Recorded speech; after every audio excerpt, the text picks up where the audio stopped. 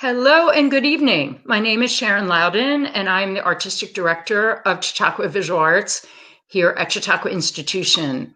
Tonight we present Shervone Neckles, who is an interdisciplinary artist, educator, and community worker. This is our Chautauqua Visual Arts lecture series. I'm so thrilled to introduce Shervone, who draws inspiration from the duality and transitional nature of her Afro-Grenadian American identity. Her work embraces collage, alternative printmaking techniques, book art, sculpture, and social investigations, which you'll see here this evening. She's participated in many residencies, including the Robert Rauschenberg Foundation residency, the Elizabeth Foundation Shift program, Wave Hill, which has an excellent, really wonderful residency program. If you've never been there before, I highly recommend visiting. The Center of Book Arts in New York City and Skowhegan School of Painting and Sculpture in Maine.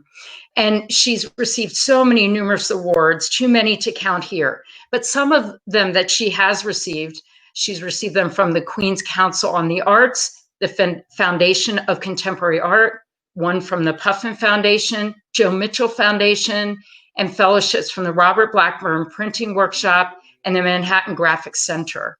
Her award-winning work has been shown worldwide in both group and solo exhibitions, and her work has also been featured in the 2019 Venice Biennale's Granada Pavilion, which is incredible.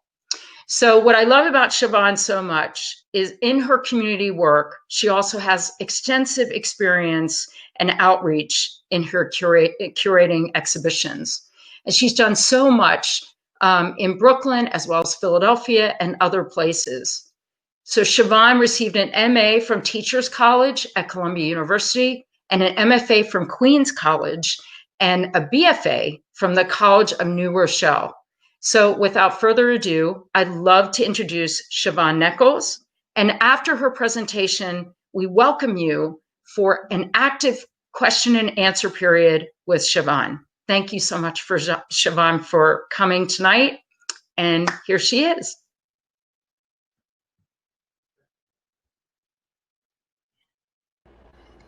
Hello, Sharon. Thank you so much for that wonderful introduction. I do appreciate your kind words, and I really appreciate also participate in this virtual lecture series. I also want to thank the Chautauqua folks involved, Chip, and everyone who organized and hosted these virtual gathering spaces so that we can all connect in this way. And then I want to say hello to everyone joining us this evening. I hope that you all are, and I thank you for taking the time. I look forward to sharing my work with you. So I am going to turn on my personal timer right now because I also want to keep track of my own. I want to keep track of my own pacing so that there's time towards the end for some fruitful conversation. I always find it like an interesting challenge to try to compress 20 in 45, 50 minutes, but we will accomplish that and so what I plan to do is to give like a cursory overview of works done 15 to 20 years.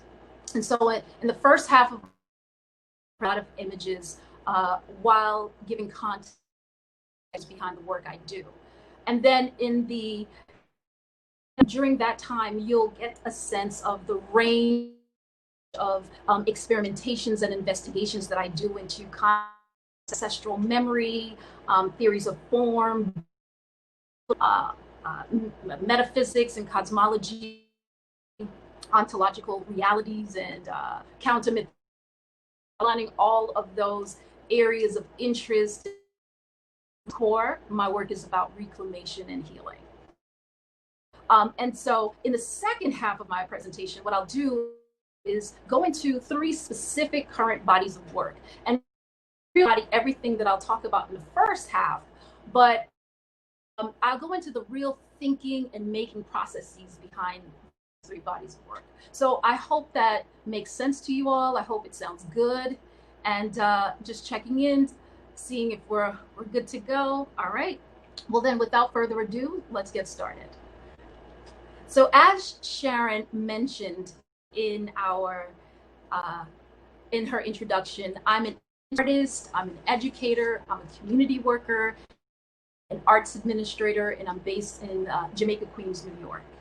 And as an interdisciplinary artist, my work includes installations, and oftentimes those installations, and oftentimes those installations incorporates photographs, and those photographs tend to be inspired by lives, and also photographs that I've personally taken of the people, places, objects, and spaces the family lineage. So this is my Where and Meets installation, and here's a detail from that installation. This here is a digital print, and so this is similar to what I was just inspired by my family's archives. I am referencing an image of my my grandmother on my maternal side, and this is her in her young adult years, and it's a collage digital print. It's a double-sided print, and the paper is hand woven.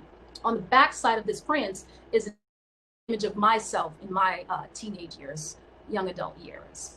Now, in the background, there's an enlarged digital replication of a ledger, and it's from a French slave plantation owner in Grenada. And as Sharon mentioned in her introduction, I'm from the island of Grenada, which is a Caribbean island, and it's where my paternal and maternal side of the family. This is our home country, so it was wonderful to find such rare records at the Schomburg Center in Harlem. And what was interesting about finding these records that go back to the mid-1700s is that as I'm reading through this, so this ledger that's in the back is taking account of the amount of slaves, all of this slave plantation owners' assets, so the slaves and the livestock and sterling silver. But also what's interesting about this records that he has is that he's given account of all the folks, all of the plantation owners that owe him money. And he's also recording everyday life, listing all the community. And what was interesting, names of the families that he listed, some of those names are still longstanding families in Grenada to date, present day, that they are Black families. And so it speaks to the origins of a lot of our last names on the island. One of the names that he listed is the Vincents, and the Vincents is my grandmother, my maternal grandmother's lineage, which means that's my lineage. And so this is an example of me and how I'm trying to trace and track this really fractured history and make sense of it.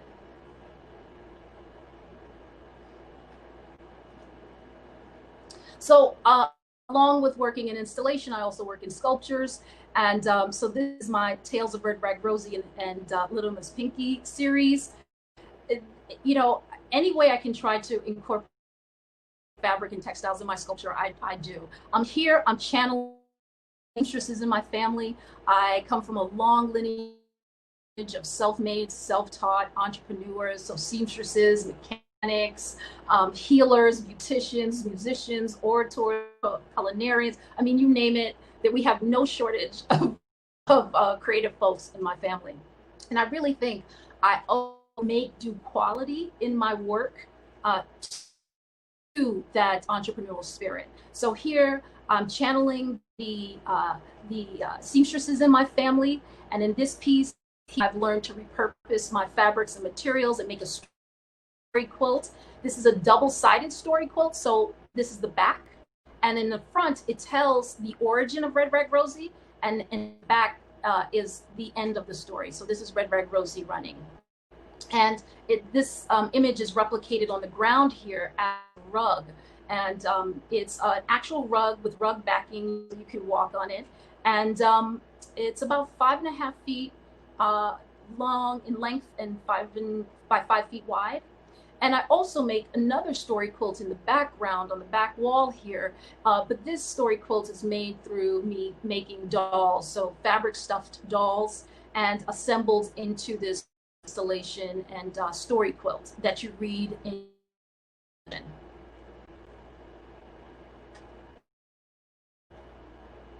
So I also work in printmaking. Say that printmaking by far is the medium where experimentation. I find the most joy in this medium. Somehow I feel like it's like a medium where it's like a springboard for me, or a catalyst, explore different trains of thought and explore my curiosity. So here again, I am this archive. I am pulling images from family photos, I'm collaging them, and then I'm printing them on actual hard dough bread surface. This is Caribbean bread. But what I thought I would do here is take you through a journey of how an idea that I talked about printmaking being a catalyst for me. I thought I'd show you an example of when I start an idea in printmaking, right? And then how it then ventures off and takes me on this journey of working in all these other mediums, and how the narrative gets extended. So I want to talk about and share with you my Give and Take series. So it's a creation myth story that tells about the story of a matriarchal figure. It's 7 prints that makes up this series. This series by it starts with that I then scan into Photoshop, Illustrator, then print out onto this polyester film, and then take that polyester film onto the press and then print my edition there. And these prints are 11 by 15. And here's a close-up. Oops. This here, so this is a close-up of one of the prints. I just love this graphic quality to these prints and this rich black that I'm able to accomplish here. But I was also thinking, time of me printing this series, how interesting it would be to incorporate color, but very subtly. And I wanted to do embroidery. But usually I would do it by hand, but here I wanted to do it so fine that it would be more appropriate to use some kind of embroidery machine. So I partnered with me that had an embroidery machine and edition print series. And so this is the Give and Take artist book series. And they're still 11 by 15 in size, but here you're seeing add the embroidery to it. And these are 2 more sheets from that series. So as I'm working in this series, I am thinking to myself, I think this would be interesting to explore in textiles. To bring this series in a textile medium. And so I decided that if I was going to work in fabric and textiles, I would select material that had layered meaning for me. So I decided to work in velvet. So this is the series translated in velvet here. I have always been fascinated since my childhood with the way my Grenadian adorn their homes, right? They were always interested, they always adorned our homes with these opulent curtains, these draped curtains, these with the elaborate fringe and trim and tassels, and then also the furniture with the ornamental gold fixtures, and then sometimes they put plastic over it. And I just really appreciated that aesthetic, right? And I know it comes out of a colonialist framework, but how this was a form of my family's and a lot of the Caribbean families' cultural expression of how they would adorn. Also showed some level of economic status, and then I loved how they brought that aesthetic with them to the States when they migrated, and they weave their American influence into that. And so I wanted to explore that here. And while I was researching velvet and working with it, I terciopelo, this term, and I learned that the Spanish-speaking term for velvet, but it's also given to the venomous snakes that were found in the sugarcane plant in the Caribbean, which was ideal for me because throughout this introducing the snake as a spirit, an animal that connects the above and the below, or the living and the dead. This series is made up of about 10 text that varies in size. So as I'm working in this series, I'm also thinking that I guess that I was overwhelmed with the color and the richness of the materials, and was thinking I want to actually go back to working in black and white, but I also want to do something more to those. I want to actually see them move. So I set out to an animation. I had no clue how to make an animation. I didn't have as determined, and fortunately enough for me, I was working or was in close mixed media artist at the time who was really generous with me and introduced me to how to take the paper cutouts that I was already making, that I was scanning into Photoshop and Illustrator, and then introduced me into how to bring it to Final Cut Pro and turn it into a stop motion animation by creating storyboards. So these are just two stills from the animation here that you're seeing.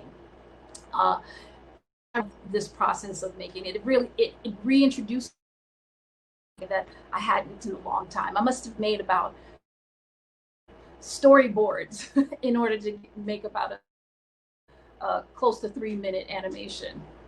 I also want to pretend this image right here. So I was drawing so many of these storyboards that I realized that I was starting to turn this.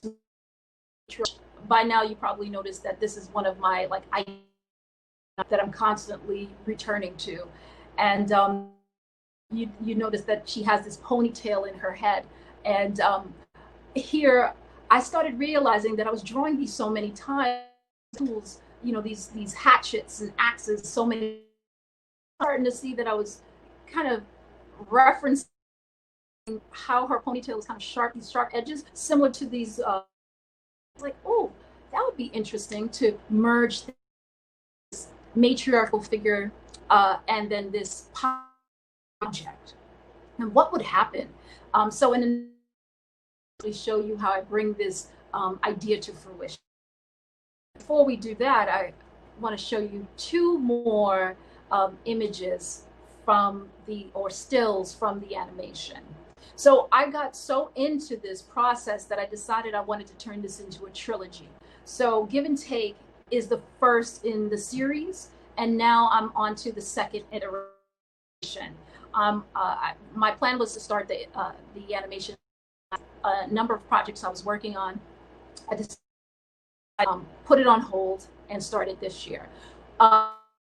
Second iteration is going to be about regeneration.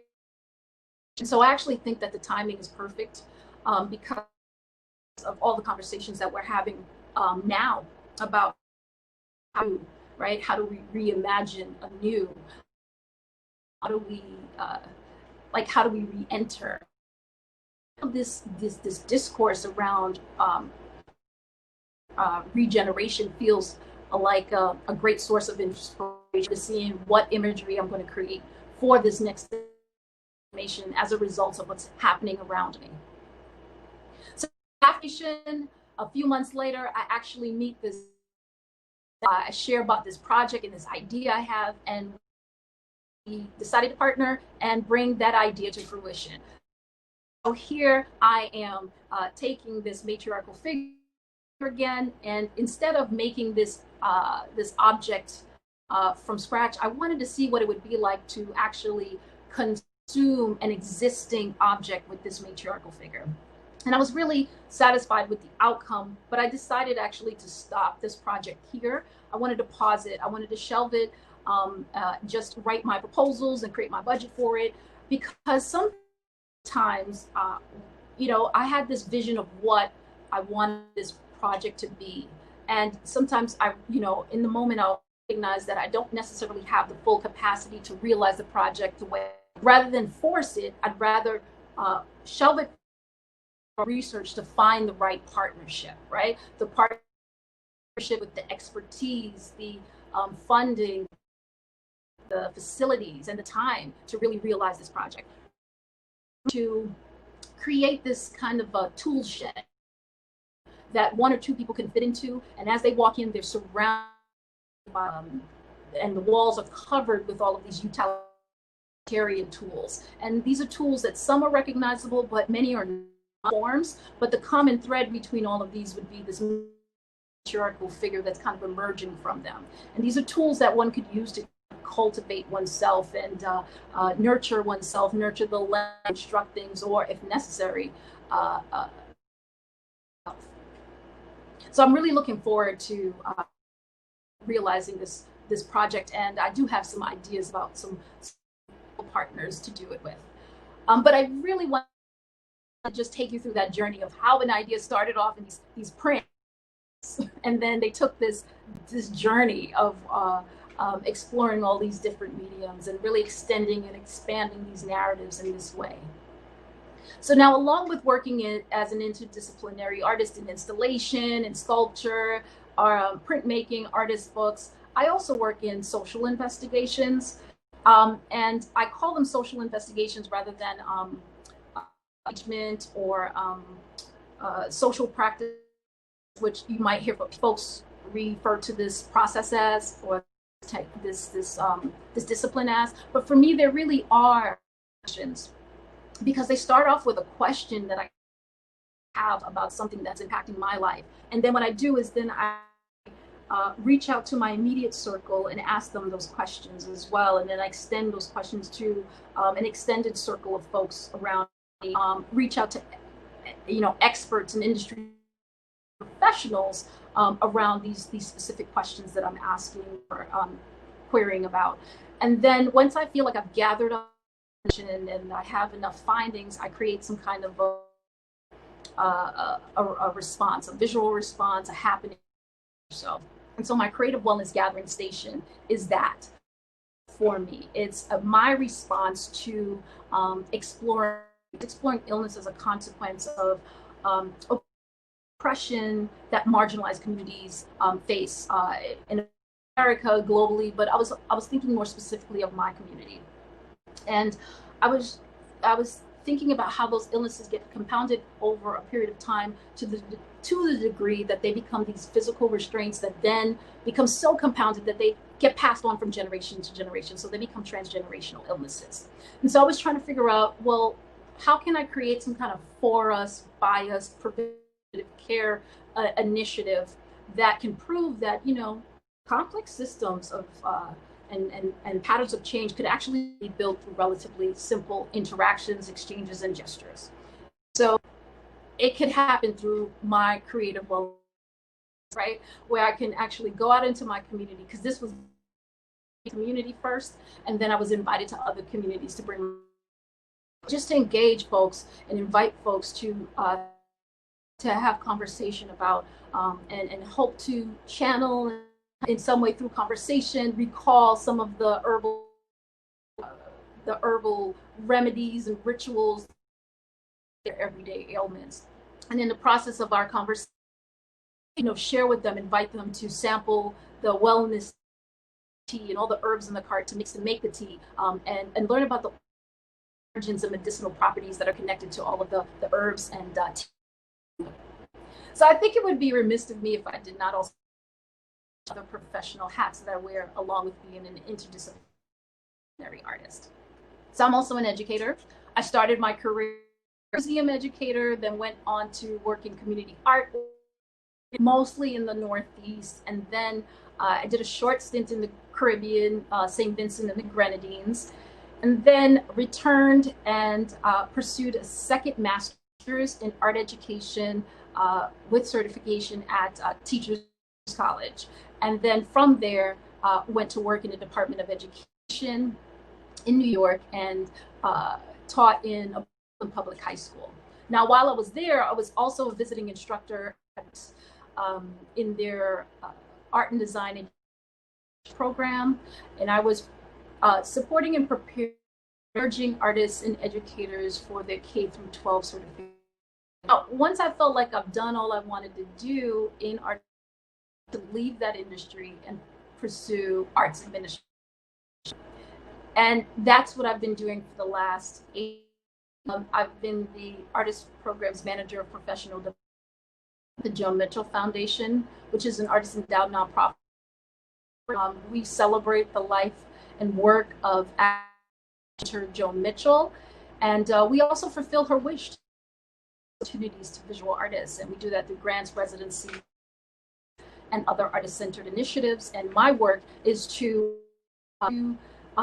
work towards ensuring that audience have access to the resources and tools to advance their career goals. Part of that work too is advocating and encouraging artists at all career points to think long term about their careers, not waiting until their senior years to be thinking about their legacy, but what does it mean to be possible and to get started immediately, and to be thinking about like how do you want future generations to know about you and your work right now, to ensure that your voice and your work and is known by future generations. And what are you also doing?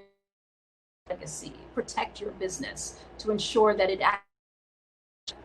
those generations to come.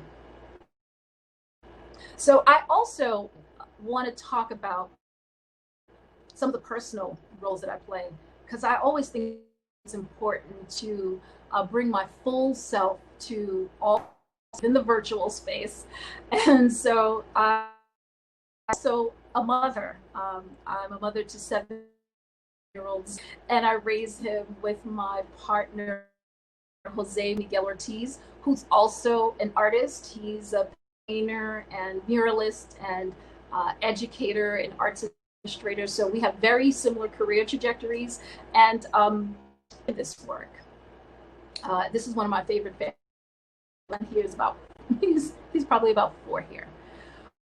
But I also want to mention that I'm the eldest daughter and the eldest granddaughter on both my maternal and paternal side. Now, for folks who can relate, you will understand why I'm sharing this part of myself too, because so much of is about all of these parts of myself. So, even all of the mediums that I just shared with you that I work in, I see all of those things that I do that inform the work that I do. But those mediums are all, to me, tools. I see them as tools to being first generation Afro-Caribbean American woman raised in Brooklyn, New York, to parents. Let me show you this great family. This is my beautiful family here. So this is my paternal ancestors here, and my maternal grandparents. My grandfather has passed on, but my grandma here is still living, and then my family here. So yeah, like I was saying, that my family migrated to, my parents migrated to the States in the late 70s, and they migrated with the ambitions of having career advancing, higher career advancing opportunities, and then also making sure that they have access to citizenship, and ensuring that their children, my brother and I, would also have access to citizenship. A lot of the impetus for the work that I make is really fueled by my parents' early migrant years here in the States. Like I said, my parents were young parents. My mom was in her late teens and my father was in his early 20s. And then a few months after my mom arrived, so we really grew up together, and to make sense of the world together and craft a sense of space and belonging for ourselves. And it's actually, I remember being about the age of 7, so the same age as my son right now, when I realized that the way my mom and dad viewed themselves and the vision that they had for themselves, and the vision that they had for myself and my brother, just weren't in alignment with the way the outside world viewed them, right? And how they viewed our existence. And so I really believe that's why my family, my parents put this protective shield over our Brooklyn apartment and home. It was their way of preserving their Grenadian identity. It was like a preservation tactic, right? And I always joke with colleagues that I grew up in a very Caribbean, and it was because that was my parents' way of preserving that Grenadian identity, but also instilling in my brother and I a sense of place, home, belonging, a sense of self, because they knew we would need that in order to go out into the world and encounter whatever it is that we would have to face and do it on our own. And so my brother and I are about 11 years apart, so this is why he's not in this photo yet. It's from these types of observations and really caused me to start looking at my work a bit. So now I'm starting to see my work as more like these ethnographic into these ethnographic investigation that weaves together these kind of concepts around my African cultural expression and aesthetic and American culture, and my deep interest in like history and science, nature, to then explore concepts of like ancestral memory. The top image here is the oldest image we were able in my family to locate of my maternal side of the family. It's about circa 1880s here. Along with ancestral memory, my work also explores loss. And then I also, in my work, explore my family's complex history with land and ownership,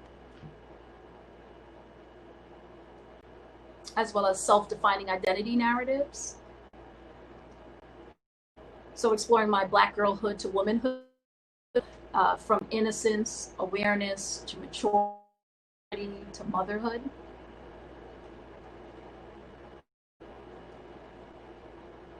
Also, being first American and the awkwardness and this sense of being in this liminal, unknown place that I feel sometimes. Also, the tensions that I feel between the need for cultural preservation and then also the struggle with cultural excellence. By that is, how do I celebrate this rich culture that my ancestors laid the foundation for me and my generation, but how do I not let those traditions in any way feel like limitation? That'll quite a bit of those come out of a colonialist framework. So then how do I add value to that foundation and that history, but do it in a way that feels truthful to me, right? And how do I then also add value and build on that legacy in a way that leaves room and is more inclusive to my son and his generation?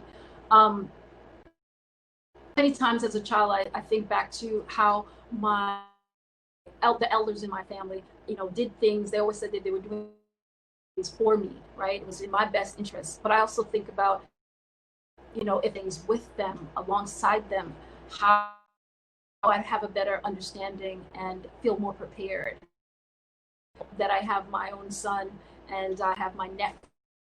And how do I then take that thinking process and actually apply it. So about, like, again, how do I undo this? How do I make that possible? This kind of colonial mentality, right? And so that means that I'm thinking to myself, that means I have to start to be more thinking and making process, and be more critical of my ethnographic research and investigation. And so I'm starting to see now my work as more field work, and field work that has these two methodologies. So is documenting my family's history by tracing and tracking and forming a reconnection to that history. And then the second methodology is me channeling and communicating with my ancestors through the family archive. So literally connecting and with the personal papers, the primary source materials, the personal papers, the family records, and material culture that they've generated over the years. Between the field work and these two methods, leads me to this space of creativity, right? So this here is my, actually in the studio. This is my home studio, crawl space. This is my space of fugitivity.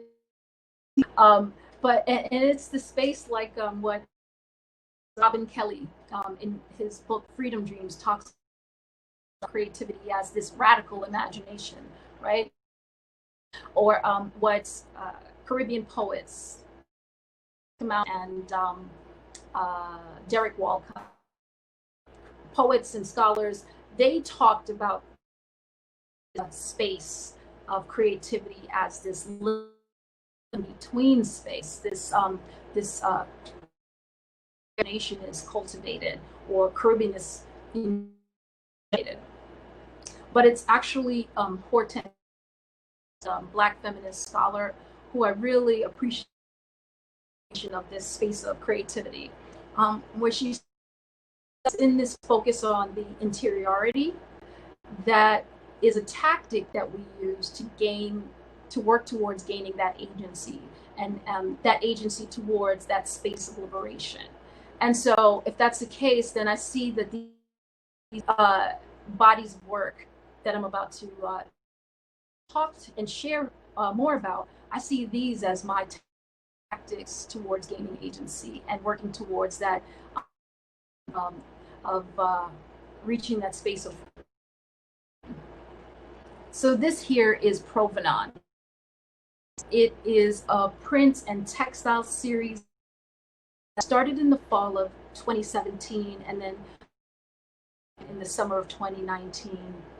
And here again, I am constructing an origin, tracing my ancestors' home. At the head, this naked female body that's rendered as a silhouette. And this ancestral home is my great-grandparents' home in Grenville, Grenada. The female figure is actually my body in my 20s. And this ancestral home has experienced numerous natural disasters.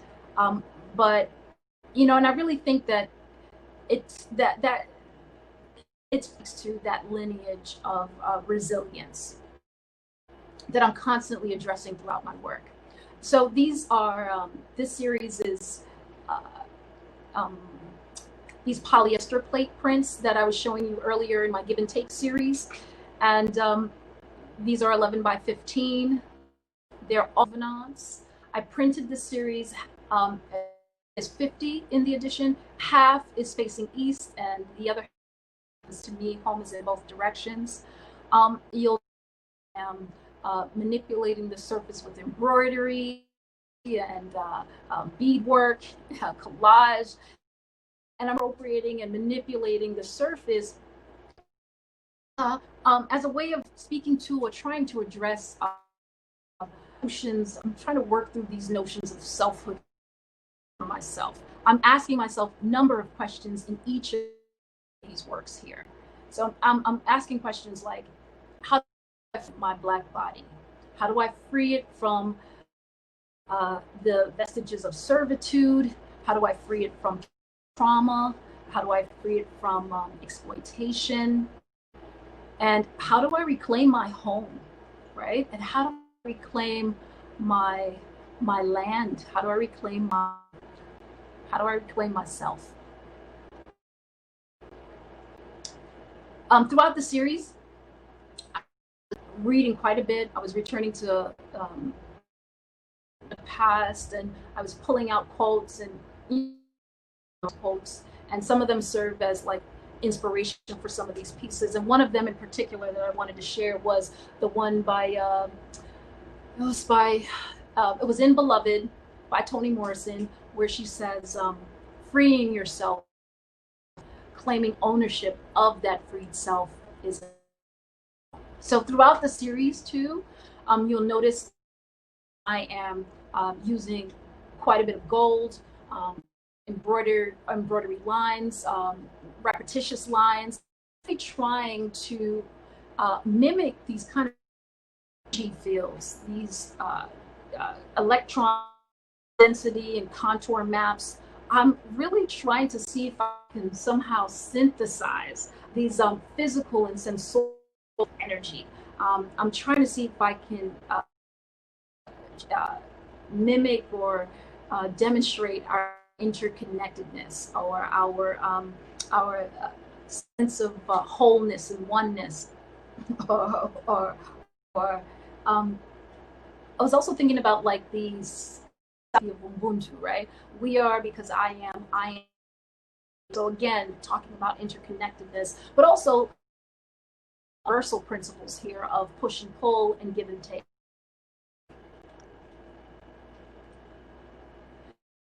So this here is my domiciliation Bless This House installation. This was a piece that was done in 2019. I had the great privilege and honor to represent my family's home country in the Venice Biennale last year, in the Grenada Pavilion. And so this installation was specifically made for that opportunity. I think the talk about this starts with its title, which was purposely made to be cumbersome to say. So domiciliation Bless This House. So the term domiciliation means the act of making a country or a place your legal home. And then the subtitle, Bless This House, is actually named after a gospel song, which was my great-grandmother's favorite gospel song, specifically the 1956 rendition of this gospel song by Mahalia Jackson. I think to give better context, what I'm going to do is I'm going to sing the verse of that gospel song. And I'm sure this may be very familiar, but I'm going to say it so that people can understand part of my thinking process behind this series. So it starts off, bless this house, O Lord, we pray. Make it safe by night and day. Bless these walls so firm and stout. Keep the wall out.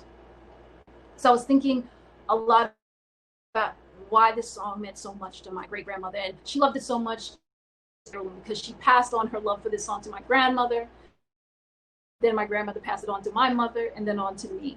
But we all in our own ways, right? And I was thinking about why songs become so meaningful to us, and most of the time it's because it's like a timestamp. You know, it somehow it's capturing a moment in in a time in your life where that song means something to you. About why this song resonated so much with my great-grandmother. I started to think about, well, you know, she was born in 1904, and I started to do the calculation and realize that meant she's only not quite 70 plus years removed from when slavery was abolished on the island of Grenada, and that meant not quite 40 years since it. And so one's proximity to slavery, of course, has an impact on the way they operate, move in the world. And, you know, I saw that her grandmother most likely was born. And so just that calculation really changed my view of, well, part of her story and possibly what it meant to her. But then she was also a one too, and how that, even though it wasn't how it still had, it had an impact. And then I was thinking about my grandmother and how that song well, and I was thinking about the fact that she lived through the Great Depression, the late riots in the Caribbean, how those all impacted her life. And I'm thinking about my mom, right? And that she actually, it's interesting because she was born in a time where she got to see the transition from Grenada, transitioning from being a colony to then being independent. And then a few years later, actually been, and then years later, the U.S. invading Grenada, and then the assassination of our prime minister a few years later after that. And that's all on the island of Grenada. About like the U.S. and during that time, the liberation movement, the civil rights movement, women's movement, it was the Vietnam War, and host follow.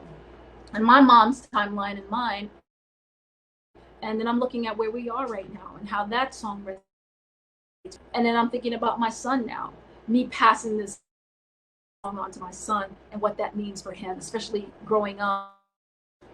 Global pandemic and civil uprising. Let me share a bit more. Oops, let me move forward. I'm going to talk and give more detail about the making of this installation. Similar to a lot of the works that I showed you earlier, again, referencing the family archive, I'm bringing in images from the family archive, but mostly these are photographs that I've personally taken of our home in Grenada, my mom's childhood home, also the landscape that I took around the home, and then I'm here. So I'm bringing in some of the notes that my grandmother had written to the family about how she wants us to maintain the home in her passing, and then I brought in surveys of the land and other records, and I collaged all of these, and then silk screened them all onto clear polyvinyl chloride sheets or PVC sheets, and then constructed them into these containers and wall hangings. And for me, I really see these storage containers kind of a repository that holds of my family's existence, my existence. For me, it was really important to center this everyday Caribbean family, and our transgressions, as especially given that I was showing this on this global front stage, in at the Venice Biennale. It's also important for me to use transparency here to play and experiment with how I can use transparency to kind of to find a way to compress time and history and find ways to have things kind of appear and recede from view. So a part of this, part of the installation is similar to the Provenance series, where again, here goes another ancestral home that's on this female body. So this ancestral home is my grandparents, my mother's childhood home, and the body is my body now. And this house, like similar to the Provenance series, also experienced a number of natural disasters, but it also experienced a man disaster or fire that burned the house to the ground. Fortunately enough, the foundation remained, and my grandparents were able to rebuild. Loss really took a toll on the family, and it's one that we're still repairing from. And this here, I'm engulfed in neurons, layers and layers of silkscreen neurons, and they're hanging in the front of the figure. And for me, the neurons really speaks to this innate genetic connectedness that I feel to Grenada. I'm always trying to figure out why do I have for Grenada, right? Why do I have a longing for the the landscape, the home, especially because I wasn't born there. I was born in the States. My parents were the ones that were born there, had their formative years there, and then they left. So I carry the torch. And so through research and readings, I came across Indian American scholar Homi Bhabha, and he talks about how we never really leave a place. We just internalize it and carry it as an inscape. And I really believe that, and I think that that's what my parents did. When they set out to leave Grenada, they internalized their home, and they migrated to the States. And when they had me, they passed belonging onto me. I really think that that's a characteristic of being a first generation child. Those longings from our parents. It's kind of like epigenetics in that way. Actually, be ending with this, talking about this series here. This is the Lewis Latimer House Museum in Flushing, Queens, in New York. In the fall of 2017, I was invited, the director, to create this temporary art installation. And at the time they invited me, I did not know, and I'm ashamed to say it, I did not know who Lewis Latimer was at the time. But luckily, after working with them for about a year and a half, staff, and then also spending time in Lewis Latimer archives at the Jamaica Queens Central Library, I was able to really discover who this phenomenal historical American figure was to us, and what his inventions have done for our lives, our present day lives. I'm going to share a couple of important points about Lewis Latimer, but I hope this will just spark your curiosity to go out and do your own research about him. He's someone we should all know. So Lewis Latimer comes from amazing parents, brave and courageous parents. George and Rebecca Latimer, they were enslaved, and they escaped to their freedom north through Baltimore, and then from Baltimore in 1842. As they get to Boston, their effort to recapture them. So they become one of the earliest recorded fugitive slave cases in history, where the enslaved actually won their freedom. And so I really do believe that conviction, that spirit of liberation, Lewis Latimer and his siblings. So Lewis Latimer has up to a 5th grade education. So everything beyond 5th grade is self-taught. And he wanted to help his family, so he goes and enlists himself in the native team. So he lies so that he can go fights in the Civil War. And then when the war and gets work at this patent law firm, and that he teaches himself patent law, patent design and mechanical drawings, and along the way he also teaches himself electrical engineering. And I'm like, who does that? Who teaches themselves all these things? But he immediately proves how his genius and ingenuity, and he becomes this essential figure in this patent law firm, to the point where folks such as like Alexander Graham Bell is seeking him out to get Lewis Latimer's assistance in helping him perfect his patent for the telephone, his application for the telephone. With Thomas Edison, he does the same. He helps his patent for the light bulb.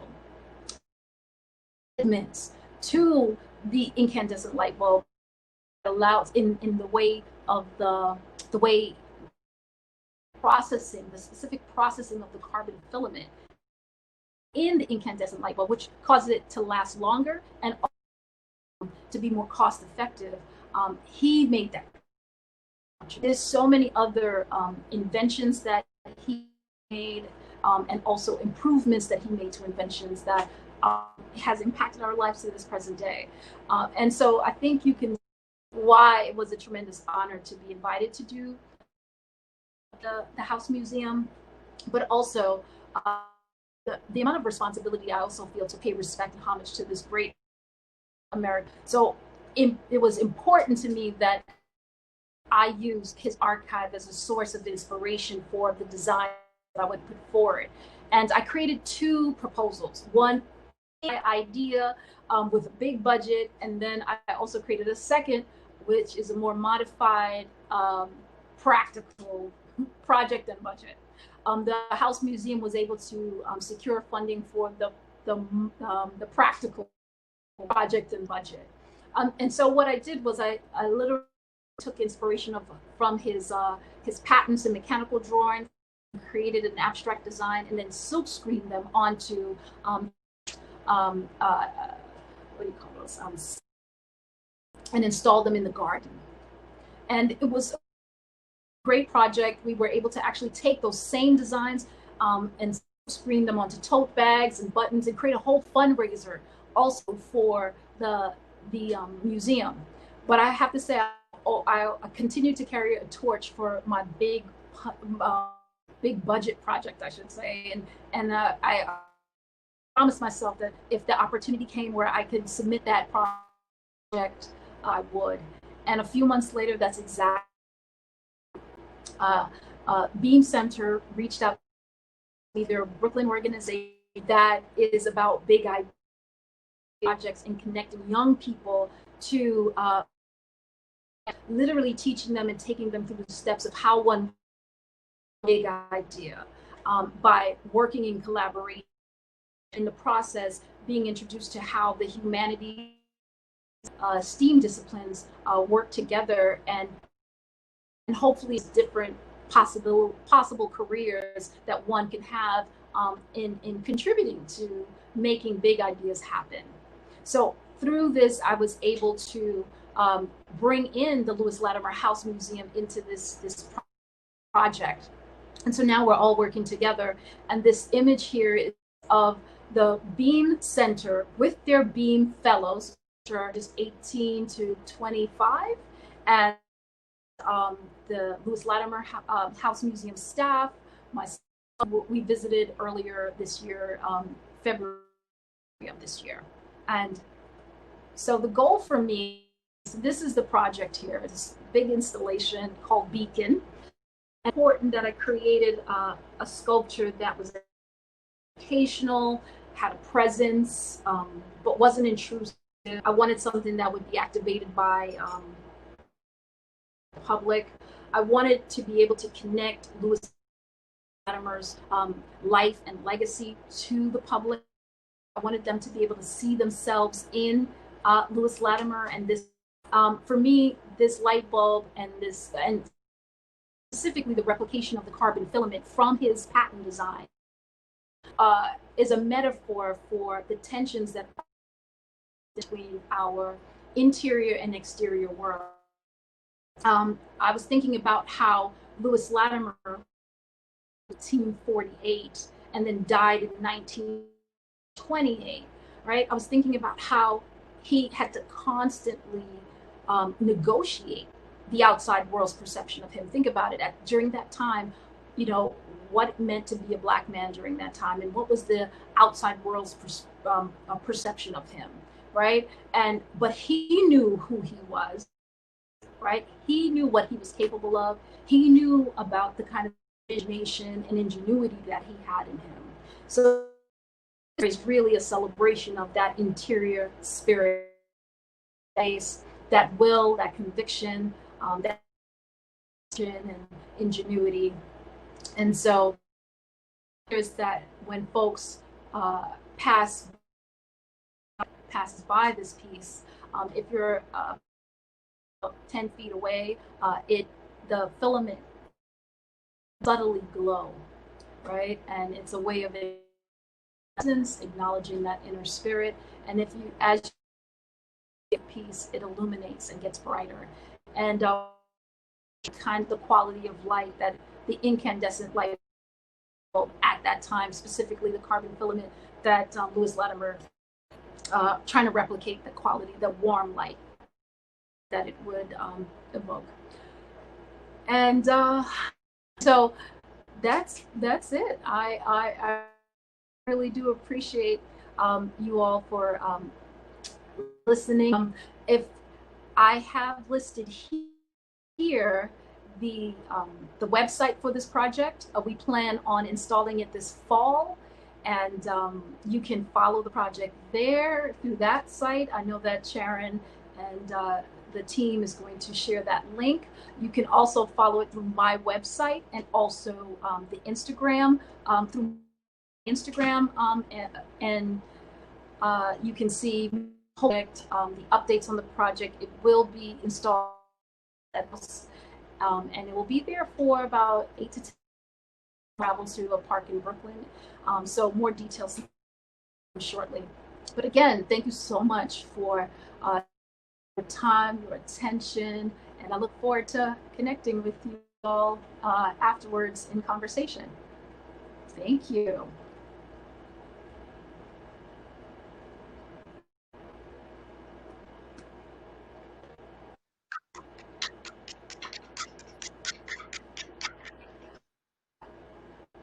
I love it. It was fantastic. Wow, I learned so much. I was so looking forward to this. Before we get started, I just wanted to share with everyone who's present here, if you want to ask a question, just look right next to your name to the right-hand side. There is a camera, and if you just click onto that, what will happen is that you'll be in queue, and we'll bring you forward to ask the question, bring you up on screen. Or you can easily just ask a question in the chat section. I'm happy to repeat that to Shervone and get a conversation started. So with that, I think Chip is going to bring me and Shervone up on the screen. And while we're waiting for everyone, there she is. Amazing to see you. Thank you so much. That was just extraordinary. I didn't know about the project in Flushing. How far away is it? I left that out in your bio on purpose about Queens. You live in Queens. How far is that away from where you are? Can you walk to his house by chance? No. No, but it's not too far. It's about a 20 minute drive. Cool. Awesome. Yeah. I think that's just wonderful that it's so close to you too, that you can visit there. I would imagine take that home with you very quickly versus, let's say, going to another state or country. That's right. I do feel grateful that I'm able to do this, you know, in my hometown, right? And learn about this historical figure that's right here, and then I can to it. So it's so funny that as I was approached by the museum in 2017, like about a year later, my son is assigned Lewis Latimer as a project. Oh my God! As a project, and so he had to do a whole report. Oh my God, that's amazing! It was great, and his school didn't know anything about my project or anything like that, and so it was just lovely to be able to take him there, and you know, the museum staff and I already had a great relationship, so they took us through the house, and then of course, you know, I'm able to bring my family. When we had the first opening for the first project, you know, a lot of family came out, learned about Lewis Latimer, so I just felt like I am committed to making sure that more folks know about who this amazing inventor was, this thinker was. His inventions are still in supporting the conveniences of our lives, and so you know, I'm grateful that you that you took so I feel great. Sorry, what were you saying? No, what were you saying? No. We have a question here. I was just going to say, I'm grateful that you took some space out of your talk to share about him so we can learn and follow your project and your response to him. And I appreciate that very, very much. Absolutely. I am going to continue to say his name, talk about the museum, and we need to know. I mean, clearly, is not being taught in school, right? And so this is part of our responsibility to educate ourselves. And when you have the opportunity to share information, then why not? And all it means is me just taking time to talk about not only my work, but talk about, just history. Like, so this is the beauty of like doing this work. Like as I'm doing these are my personal interests, and then I just get to shed light or share information with folks, and you can do with it what you wish. But the plus is that now you've heard that name. If you didn't know before, now you know. It's wonderful. Okay, so our first question is from Julia Kwan, who is one of the 38 participants of our residency program. And she says, thank you for sharing your amazing work with us, Shervone. For work such as Creative Wellness Gathering Station, how do you consider the aesthetic aspects of the work compared to or alongside with aspects of social engagement? Thank you, Julia. Shervone. So I'm processing that. Oh, so could you repeat the question again? How do I compare? Sure. I'm sorry. I'm just worried about the technology with what you just shared with me before about the power. There's for a lot of people where Shervone is right now, there's a lot of, a lot of things happening in the air, a storm.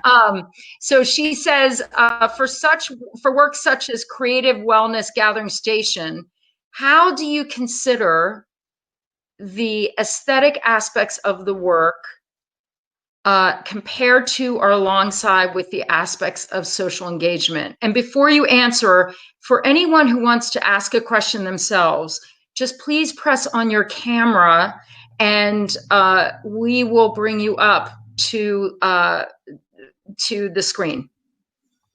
Okay.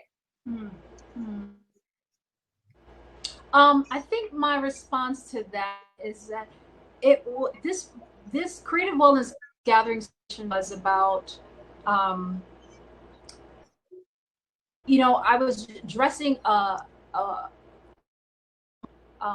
interest in wellness. I was going so it started right after giving birth to my son and I was addressing some of the illnesses that I was constantly facing, and recognizing that I didn't want to just constantly be using prescription medication or anything like that. I felt like there was other ways, more homey approach, and take care of myself. And as I started to have these questions, ask these questions for myself, I started engaging folks. So practitioners, physicians, family, friends, strangers, colleagues, everyone. I was asking questions. Taking care of yourself. Are there things that you're doing that fall outside of prescription or over-the-counter drugs that you can do to take care of yourself? And what was so amazing was how many folks, almost everyone I've ever asked, have some kind of homeopathic remedies that come from their childhood, their origins, their home countries. Everyone had some kind of herbal remedy. And when I would ask if are they continuing to do those things, like a small fraction of those folks said they continue. Everyone else said for whatever reason they kind of are doing that, and they know it works, but for whatever reason continuing those practices. And I was really thinking that definitely, and it's no judgment to them, because I'm doing the same thing. I grew up with those rituals and practices as well, so why am I not continuing it? And I really think it's part of assimilation. It's part of trying to the process of being more American and embracing Western culture and leaving parts of your identity behind. And so I wanted to create a card that spoke to my specific Jamaica Queens community, because majority of the folks in my community, specifically Southeast Queens, it's densely populated Caribbean folks. So Afro-Caribbean, Indo-Caribbean, we have a strong Latinx population. And I knew that a cart like that, a push cart, is a language that translates with my Caribbean community. We know that. We know a push cart, right? We're about this entrepreneurship and this kind of enterprise. And so I knew a cart would resonate with them, and I knew a wellness tea was referencing bush tea in the Caribbean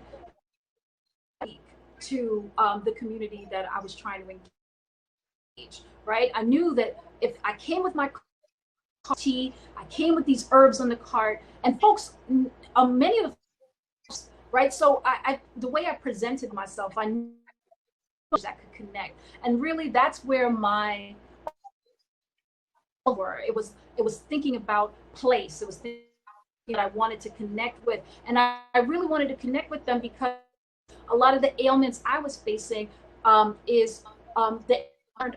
almost are predominantly impacting my specific Jamaica Queens community.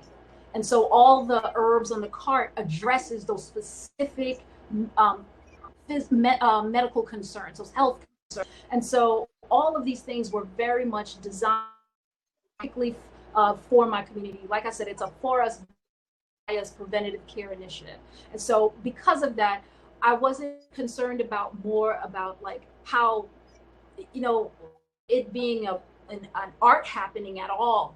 This was really what it means to like take care of myself. And I can't just take care of myself and be well. I need to take care of my community, right? Because, I can't be well and they're not well. Then we're all not well. So it was really, that was the focus of my work, was to ensure that it's translated well and connects with that community. So I don't know if that answers that question. And please ask again if I missed. Okay, great. I'm now going to bring, I think that was an amazing answer. It gave, I think, a full response to that question, but also the work itself, like the details of that work, and I can imagine it. So thank you. I'm going to also bring Makiba Rainey in. She's also one of our 38 participants, and she's going to come on the screen with us. Makiba. I'll just take a few seconds, I think. I've just approved it. Mm-hmm. Do we see her? Let's see.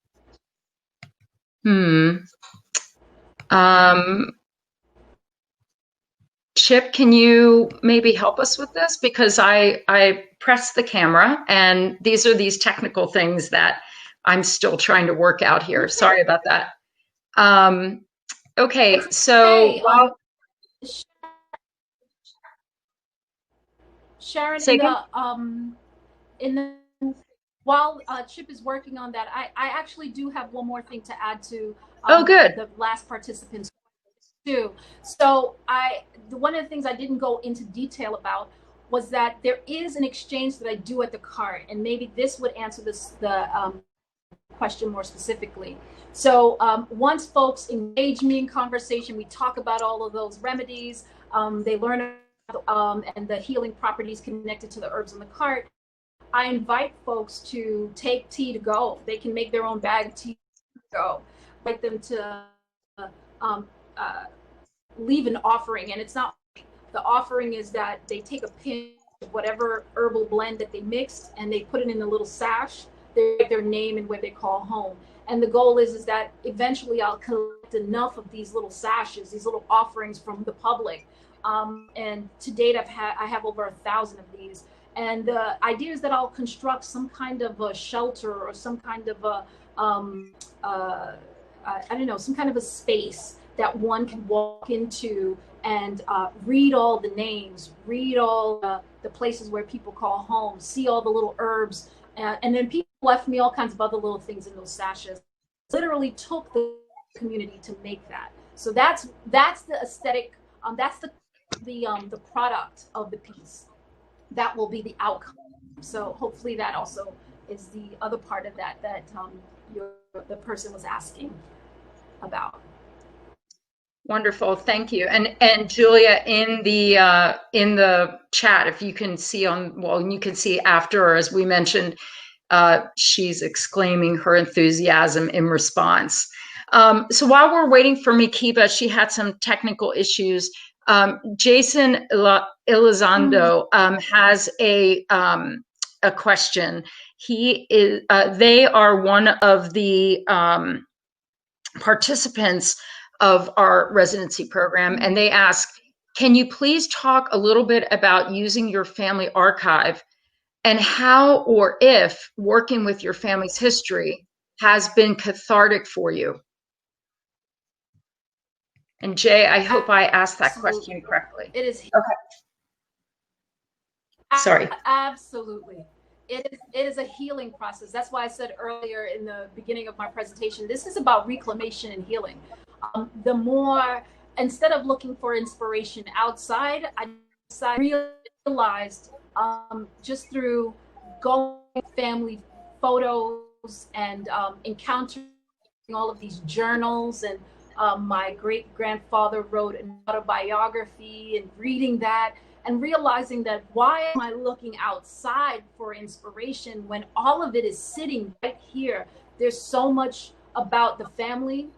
In me tracing and tracking that family, I'm actually learning about our personal history. I'm also learning about history in general, right? Our lives, our family's trajectory in a context, right? A global context. Now I'm understanding what's going on in the world. I'm placing things in times and moments. There's so much more that I want to know about Grenada. And even when I ask some of my family members, you know, sometimes things are just do it. We never sometimes ask why we do it. Why we do those rituals. Why do we, you know, do this every year? And no one's really asking. But then when you start to ask, and you ask, and everyone gives you a piece of information, it's more and more curious. I want to know about myself. I want to know about where we come from. I realize all the decisions I'm making, the career I chose, that I have, where I live, how I choose to live. I'm replicating things that are just part of the lineage. And I want to understand that more, to realize, so I know from. That's what I'm discovering now. And it feels so grounding and so affirming to know oneself. Fantastic. That's amazing. Mikiba Rainey, she has put it in the chat that the question she wants to ask is, first she says, first, thank you so much, Shervone, for sharing your practice with us. So much of what you presented resonated with me personally. My question is, can you talk a little bit about the white gaze and how navigating the largely white art world influences your work, if at all? And thank you, Mikiba, for your patience with the technical problems, and thanks for your question. Thank you so much, Mikiba, for that question. That's a real question, right? That is, let's just say that is also the impetus. So for a lot of the work that I do, and this interest in turning inward for inspiration. So much of my career as an artist, I knew at a very early age that I wanted to be an artist, even though I didn't have a lot of models of what that would look like. I mean, like I said before, I come from a very creative family. They were just creative people, and they didn't see it as a career option, a route that hasn't been taken before. And so from elementary school, high school, literally higher education, going through all of these classes, these nonprofit art classes, and rarely ever having a person of color as an instructor or an educator, and realizing that how I really wanted different, and so I had to do extra work to find those sources of inspiration, to find, like, I'm going to school and I have the syllabi and I have the teacher's recommendations of people I should be looking at, but I also knew that I needed to go and create my own list, and I needed to go and find those other artists. I knew they existed, but I would have to do the work. So I was always in search of models of what it means and what it looks like to be an artist such as myself. I knew that what I was receiving in my classes in high wasn't enough for me. Folks did not always get my work. Some folks did it really worked at it, but it still wasn't enough. And so I sought out to find those sources of inspiration. And like I told you, like I said before, by focusing on family and focusing on the archive, that also helped to help me with language for that. And then also as you continue to do this work, you find your people. Folks gravitate to you also doing this work. So over the years, I've been able to build a community of folks that are similar to me, that also are doing that internal work, that are also looking for those sources of inspiration, those other artists. And so it's from colleagues, artists that I've met along the way who've introduced me to others that I should be reading. And so that's been significant to me. But also, I've been very clear over and over who my work is about. And that I made a commitment years ago that I work that felt right to me. I'm not trying to impress. I'm not trying to gain notoriety. I'm actually trying to understand self. I'm also just trying to understand the trajectory. That's where my purpose and my mission is. And somehow that feels like the right decision. And so I move forward. It feels like it feels undeniable. And for whatever reason, I continue to get more opportunities as a result of that. Thank you. And thanks, Makiba. Okay, our next question is from Chris Rumman. Oh, sorry.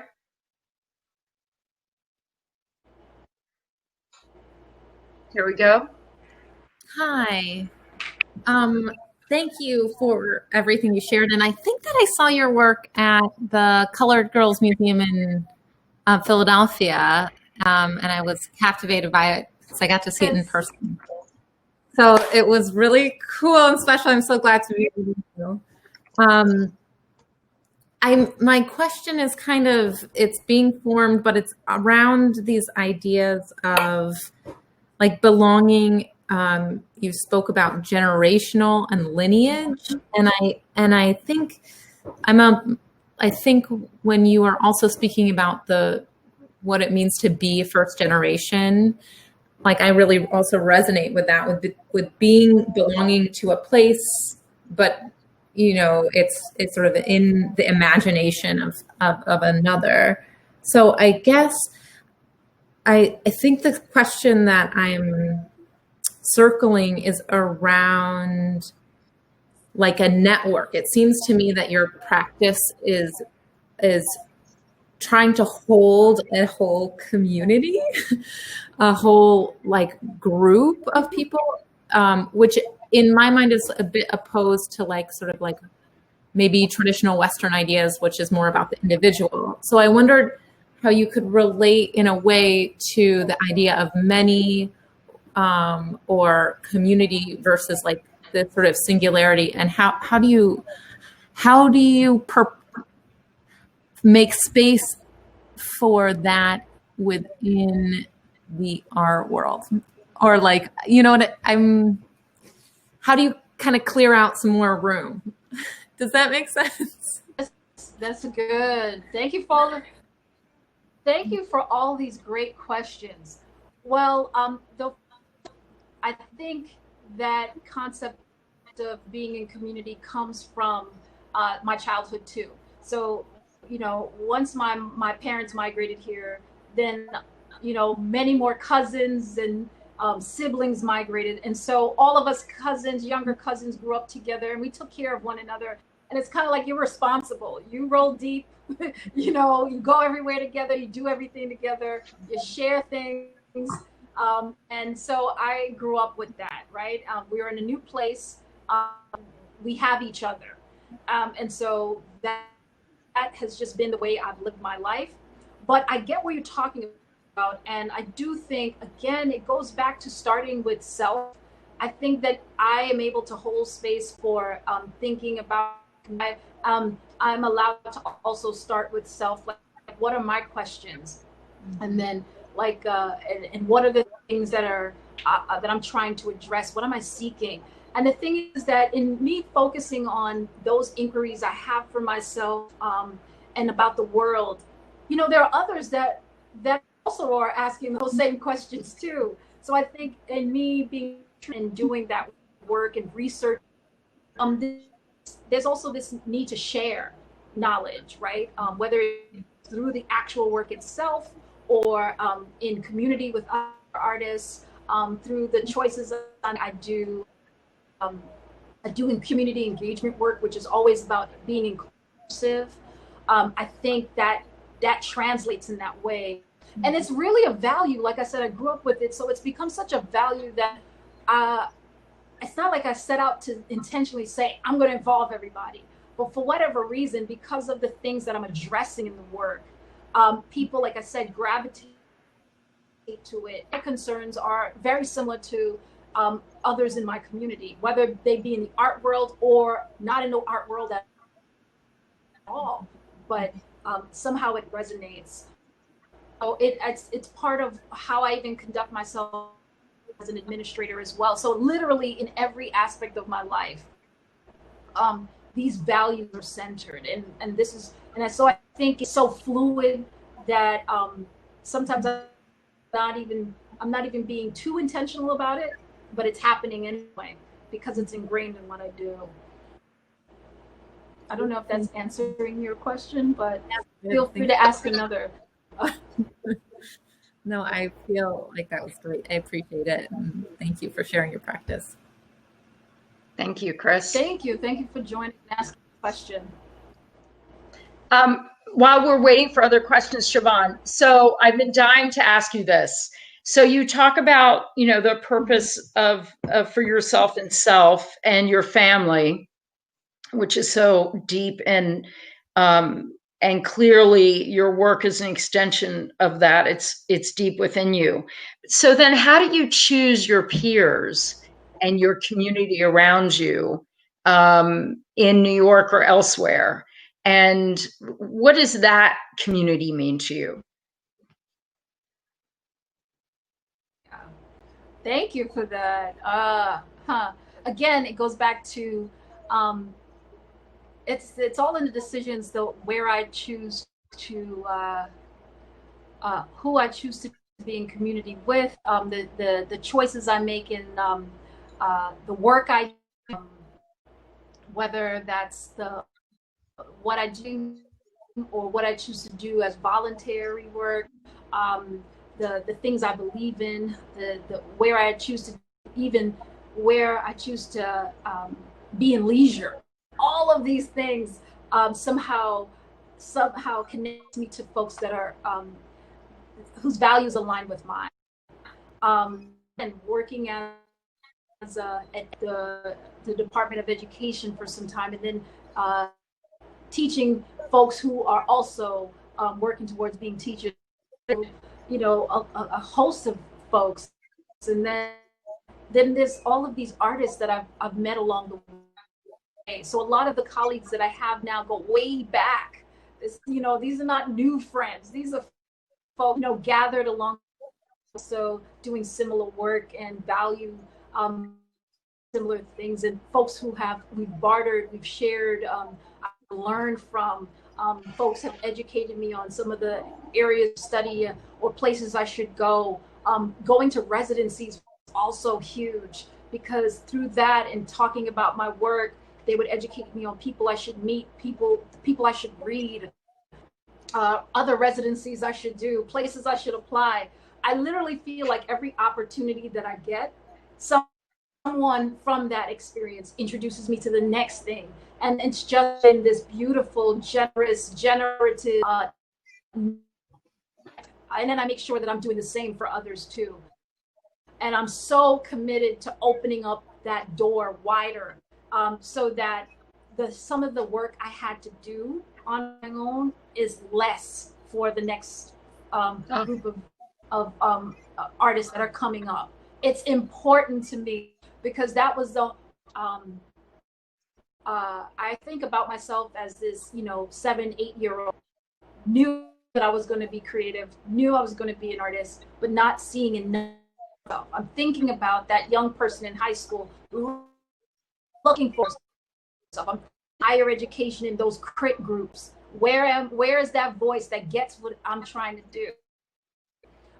And so I'm thinking about that, and I'm committed to making sure that I keep telling my story, I keep showing up as my full self, and I keep making sure is open wider for the next group of folks, so that they don't have to feel so isolated and unheard. Oh, we talk about this stuff all the time, and I'm super grateful for all the things that you do. Hello. And we talk about building that community of people who believe in cultural reciprocity and changing and contributing to our community.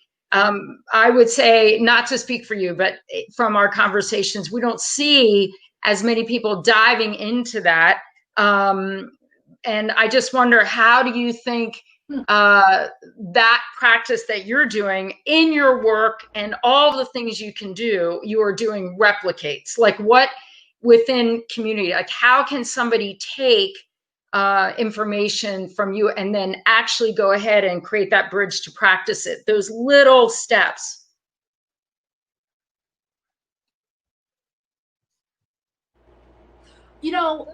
I'll start with a very simple thing that doesn't take a lot, but it means so much. And it starts with respect. It's everything is not about like just saying hello, checking in, as a human being and not as just an opportunity.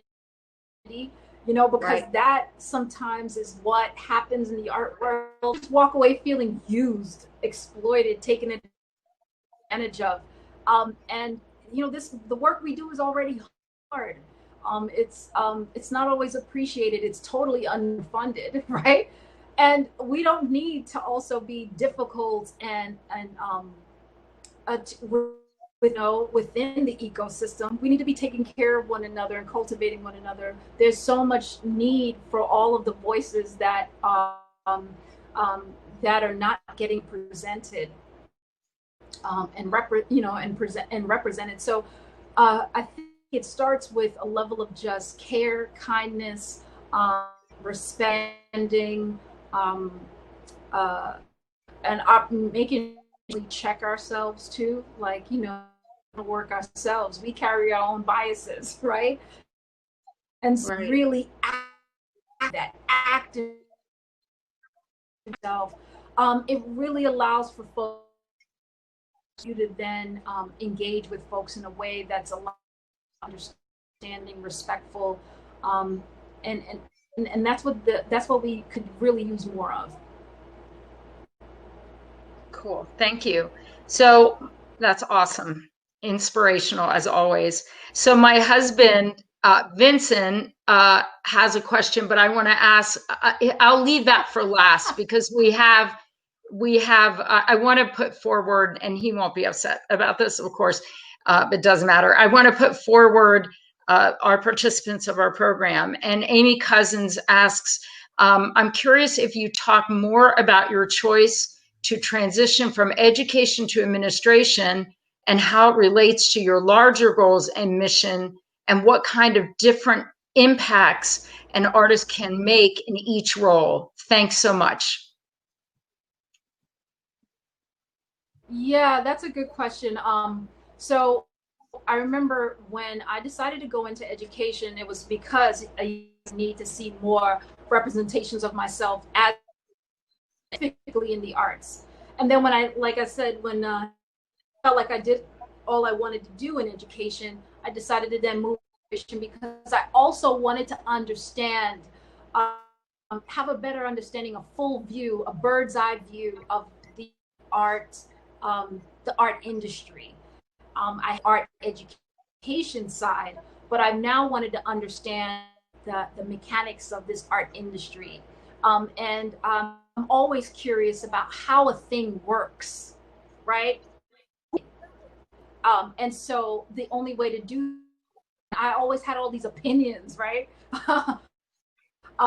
With my colleagues, we always had all these opinions about how things should happen, how it should work. And if I was in that position, this is what I would do. So then do it, try it.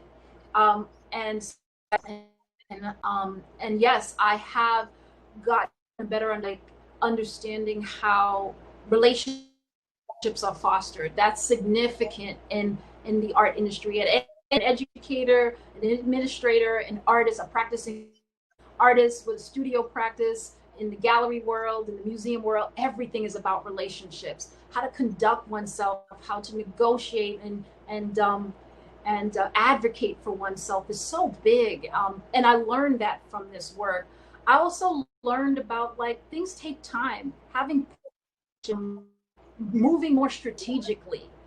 I learned from this work illustrator now. And I learned that, not to force. In my presentation, I talked to you all about how sometimes I had to shelve projects because they weren't ready yet. The partnership wasn't right, or I didn't have the capacity and it doesn't work to force something. It's better to kind of be in flow with time. And so these are the things that I learned from that experience. Man, I'm connected to more artists than I've ever been connected to artists, nationally, internationally, art consultants. So I'm really hearing from all sides of the art world now, from those on the ground doing the work, on the front lines, to the folks in boardrooms and foundations. I am dealing with artists who are at different points in their careers. And I have to say, it has shifted me as an artist and a maker. I am clearer about who I am as an artist, what I want to do, what I foresee for my future. And that's been so significant and important and vital to my practice right now, and how I operate as an administrator.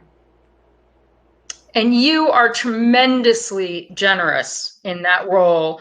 And also, I would love to add and ask, you are also an educator in that role. So isn't that correct? I mean, honestly, you educate every single day and facilitate education. Would you say that? That's right. About knowledge sharing, make sure that if I discover a thing, a tool that can benefit other artists, how do I make sure I get it to our grant recipients? What I love about grant recipients is active in the community as well. So getting it to them means getting it to 100. So why not do that work, right?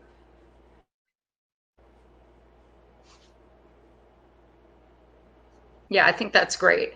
Oh my gosh. Okay, so now Vincent's question is, he has a question about the amazing Lewis Latimer project. Was that a project that you created with them, or is it an ongoing project with other visual artists? I cannot wait to learn more about his life and was wondering if he was involved in the arts at all during his long 80-year-long life. That's a very interesting question. Thank you, Vince. Thank you. Oh, thank you so much for asking that, Vincent. Yes, Lewis Latimer was an artist. He was a poet. He draftsman. His daughter also was an artist as well. He supported. Now imagine that. This is, don't forget, he was born in 1848 and died in 1928. But he encouraged, during that time, he encouraged his children to be creative folks. Like I said, his daughter happened to be an artist as well. So yes, he's a creative thing, so much ingenuity. And then in response to your questions around the project, so the Lewis Latimer House invited me to do the project in 2017 that I debuted in with the silk screen sails that was installed. That was the project I did for them. I created two projects, and the pie in the sky big budget project I held on to for when I felt like I found the right partnership. And so the Beam Center, when they reached out to me and asked me if I could propose a big, ambitious idea, I was like, I got a great idea for you. I've been sitting here waiting for the right partnership. And so now that partnership and that project brought together all of these collaborations. So like I said, wow. It's Beam Center, their fellows, their young adult fellows. And then I couldn't do this without bringing in Lewis Latimer House. So initially it wasn't supposed to be installed at Lewis Latimer House. It was supposed to be installed in a park in Brooklyn, but it feels like it has to go there first, right? It has to be launched and installed there first, and then we can make our way to Brooklyn.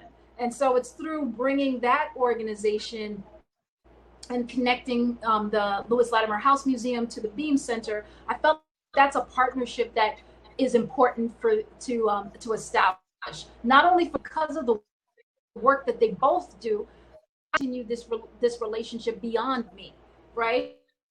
And that's what I love about artists, right? We can actually be connectors. We can bring folks together. And so, yes, it's through my project that brought these two organizations that's dealing in the same conversation around bridging the sciences, the humanities with STEAM disciplines, the STEAM disciplines together. They both are addressing that, but they didn't know of one another.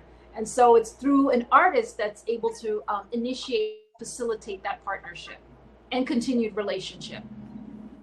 So good. Well, our final question is from Julia Kwan again, and she says, "Thank you for reminding us the importance of generosity, community, and care. I wanted to know, how do you maintain work and life balance?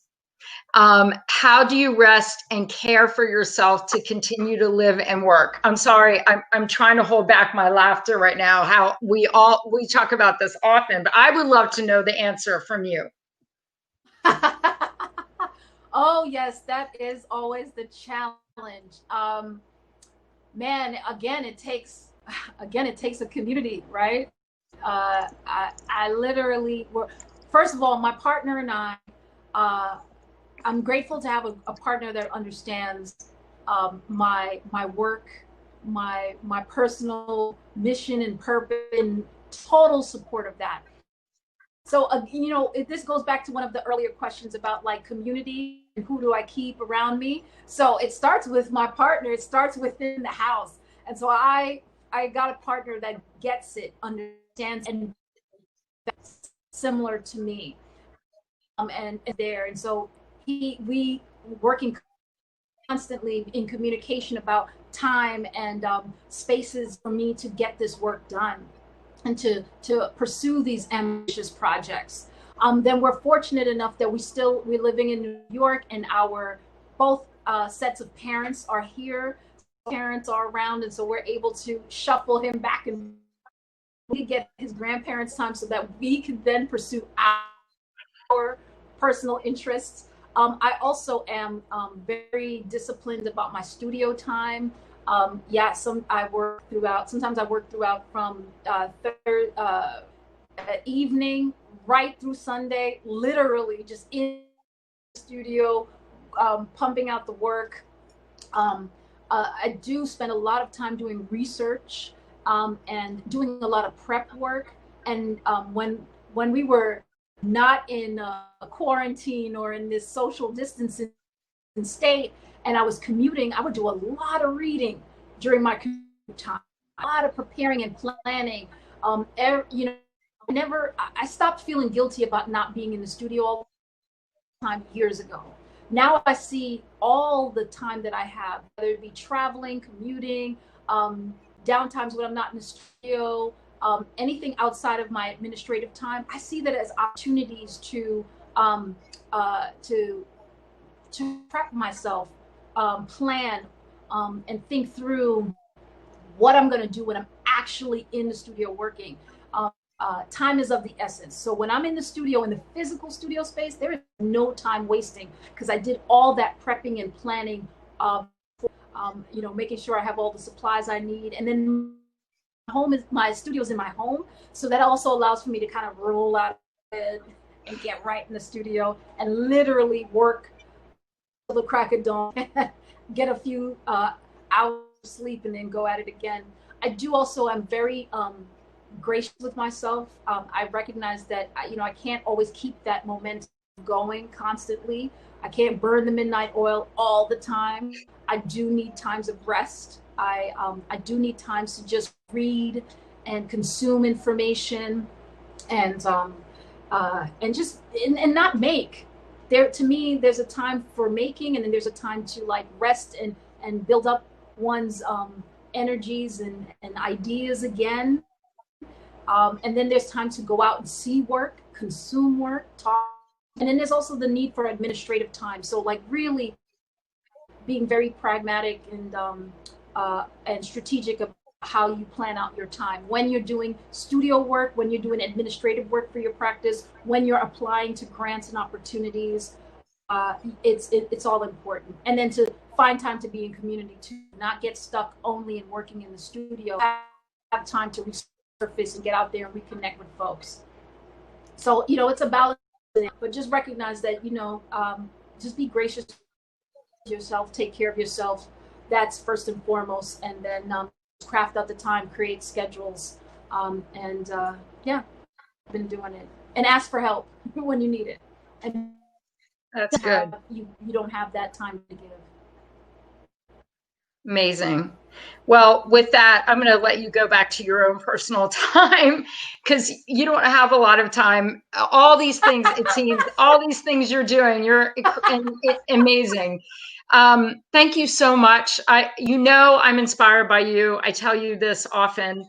I'm so grateful to and for you for all the things that you do in your work and as a parent and a partner to Jose and all of your community building that you do. I mean, you are one of the most generous people I know. And thank you for being with us today. I'm just so grateful. Thank you so much. And I want you to come to Chautauqua. This is the best I can do at the moment this year, but I'm hoping we can see you next year. I mean, let's hope and pray that we'll all be back together at some point.